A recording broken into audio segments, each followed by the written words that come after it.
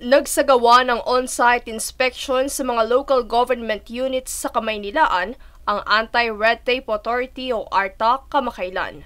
Ito ay alinsunod sa Section 11 Clause ng Ease of Doing Business Law kung saan ito ay nakaugnay sa Compliance and Monitoring Evaluation Office ng ARTA. Sa naganap na inspeksyon, sinuri ang mga Electronic Business One-Stop Shop o EBOS para sa pag-renew ng mga business permit ng karamihan sa mga negosyo.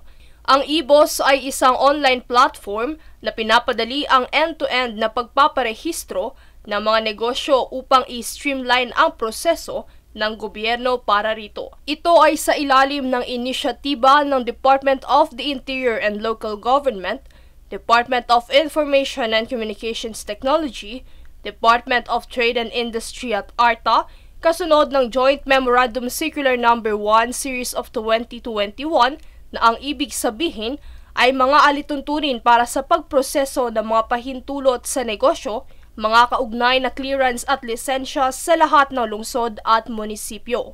Sa pagtatapos, ang ARTA katuwang ang DILG at DICT ay patuloy sa pagsasagawa ng on-site inspection sa buong bansa sa mga darating na buwan upang mapabuti ang proseso ng mga business permit at lisensya sa pagnenegosyo sa bansa. Princess Castro, nag-uulat para sa One Media Network.